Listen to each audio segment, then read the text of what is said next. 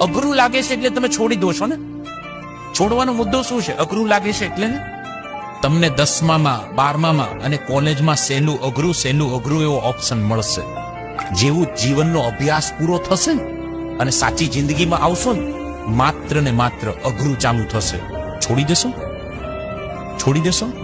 તમે જ્યાં જોબ કરવા જશો ત્યાં 200 લોકો હશે તમારી જેવા, એમાં 2 જ તમારી સાથે હશે, 198 તમને કાઢવા માંગતા હશે. અઘરું કે સહેલું? અઘરું કે સહેલું? છોડી દેશો? દીકરી સાસરે જશે, 50 લોકોનો પરિવાર હશે, 5 તમારી ફેવરમાં હશે, 45 તો તમારી ફેવરમાં નહીં હોય. અઘરું કે સહેલું? છોડી દેશો?